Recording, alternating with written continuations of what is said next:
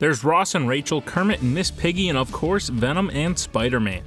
This frightening duo have had one of the most complex comic book relationships ever seen, and that's really saying something. Their decades together have led to numerous battles, with the two fighting both with and against each other. Behind the aliases, Eddie Brock and Peter Parker have had their fair share of relationship spats as well. While many people have held both the Venom and Spider-Man titles, Eddie and Peter's history is one of extreme violence, mutual understanding, and at brief times, friendship. Get your shovels and let's dig up the past of one of Marvel's greatest rivalries.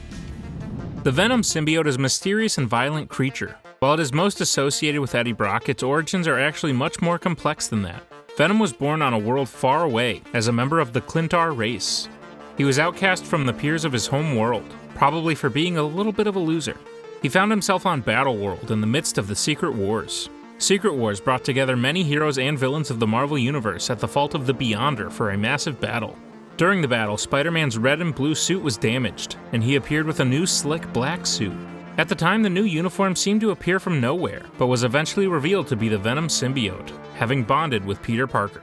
When the two were first getting used to each other, they actually did a lot of good. It was the honeymoon phase of their relationship. Venom reluctantly acted as a superhero with Peter. He even would shapeshift into normal outfits for Peter, making his costume change a much quicker process. However, all honeymoons eventually come to an end. Peter started to change under the influence of the symbiote. While he became more powerful, his aggression also grew. Once Peter discovered that it was a living thing that had attached itself to him, he became aware of the personality changes it was giving off, and Peter decided to cut ties with Venom. So, they had a typical breakup. Peter went to a church tower, rang the bell, and watched as the Venom symbiote poured off his body. Scorned and full of hatred, Venom immediately fell to his next and much more permanent host, Eddie Brock. But just who is Eddie? Eddie lives in New York and always dreamt of being a reporter. He achieved this dream and frequently reported on the adventures of Spider-Man. In the comics, Eddie believed he had discovered the identity of a serial murderer, only to be proven wrong by Spider-Man. Because of this, he was fired, disgraced, and left with the idea to take his own life. A variation of this storyline has even played out in film. Sam Raimi's Spider-Man 3 showed Eddie Brock fired for doctoring a photo of Spider-Man in an attempt to defame the New York hero. In every version, he found himself in the very same church where Spider-Man was ditching the symbiote. It was then that the symbiote bonded with not only the closest living thing in the area, but one who also happened to be holding a grudge against New York's favorite webhead. Spider-Man really made an impression on Venom, based on his look and the fact that he now gave Eddie all the powers he learned from the Wallcrawler. This, on top of the healing ability that all symbiotes grant their host, meant that Spider-Man was in for a difficult few decades, at odds with Eddie and Venom together. The longer Eddie spent with Venom, the more twisted he became, and his attacks on Spider-Man followed suit. Given that the symbiote had once bonded to him, Peter Parker's identity was anything but secret. Therefore, Eddie began going after those closest to Peter. He attacked Aunt May and even went after Mary Jane in Peter's apartment, absolutely traumatizing her. The symbiote frequently corrupted Eddie, who at the end of the day was probably a good person. Venom threatened his loved ones and told him lies that made Eddie believe he needed to stay bonded with the symbiote. All the while, he was either trying to destroy or rebond with Spider-Man. Eddie and Venom's relationship with Spider-Man may have started out tumultuous, but it became anything but simple. Heck, Eddie and Venom's relationship with each other was anything but normal. There were several times throughout his history that Eddie was able to escape bonding with the symbiote, though it seemed Venom always found his way back. Something incredibly dark would have to happen to ultimately cause these two to team up with their lifelong nemesis, Spider-Man. At one point, the symbiote left Eddie and bonded once again to Peter, but was seemingly destroyed in a battle. Venom survived and found his way back to Eddie, who was serving time in prison. He helped him escape, but this endeavor would lead to a lifetime of trouble for Venom, Eddie, Peter, and pretty much everyone. While rescuing Eddie, the Venom symbiote left behind an offspring, a red symbiote that bonded to Eddie's cellmate, who just so happened to be a convicted serial murderer. Cletus Cassidy then became the newest host to join the symbiote family, possessed by the symbiote Carnage.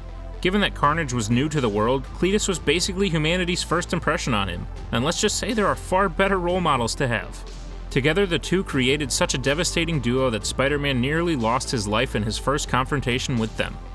It was at this moment that Spider-Man went to the most unlikely ally, Eddie Brock and Venom. Carnage was so deranged and crazy that even a criminal mind like Venom could see the need to eliminate this threat. Venom also knew that Carnage was stronger than not only Spider-Man but himself as well. He would need to do something early in order to ensure that he remained the top symbiote in the game. meaning that a reluctant partnership with the Amazing Spider-Man was Venom's best move as well. Together, Venom and Spider-Man were able to subdue the bloodlust of the vicious Carnage, and parted ways for a while on better terms than they had ever been, given that the truce only came when Peter revealed to Eddie that his attempt to end his life didn't work. He had left Eddie and Venom alone on an island with a well-placed skeleton wearing the uniform of Spider-Man at the site of their last battle.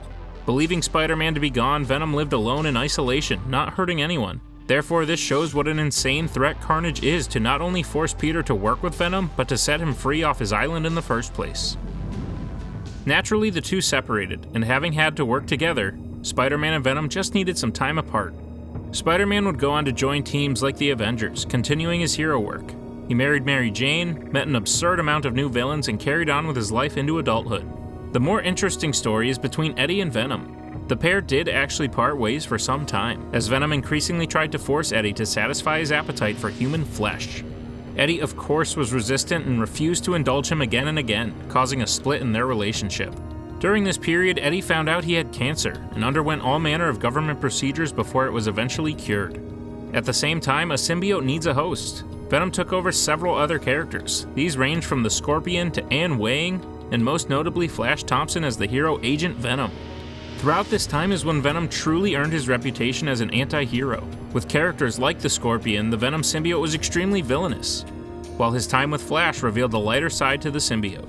He gave Flash the use of his legs again, and truly considered him a friend as the two fought against crime and villainy. Eventually, Venom found Eddie again. Or more the other way around. Eddie freed the symbiote to stop Alpha Flight from getting their hands on it, and the two returned to their rocky relationship once again. Eddie was constantly trying to bring Venom back to his time as a hero, while the violent nature of the symbiote was trying desperately to rear its ugly head. At the end of the day, Venom always desired Spider-Man as his host, though Eddie was a close second. There would be another time when Peter would wear the symbiote again. Of course, this would be caused by Carnage. The red symbiote had taken over Peter Parker's greatest enemy, Norman Osborn. Eddie and Venom tried to take him on alone, but ultimately were defeated and severely wounded. In a last-ditch effort, Eddie loaned the symbiote back to Peter so that he could go on to defeat the new overpowered and deranged Carnage. This shows the long road that Peter and Eddie have had. They started as arch-enemies, intent on destroying each other, but eventually made their way to a form of mutual respect that benefits the world greatly. Through thick and thin, Eddie, Venom, and Peter are one weird crowd of friends? It's difficult to even surmise their relationship in words. What is your favorite moment in the wacky history that is Spider-Man and Venom?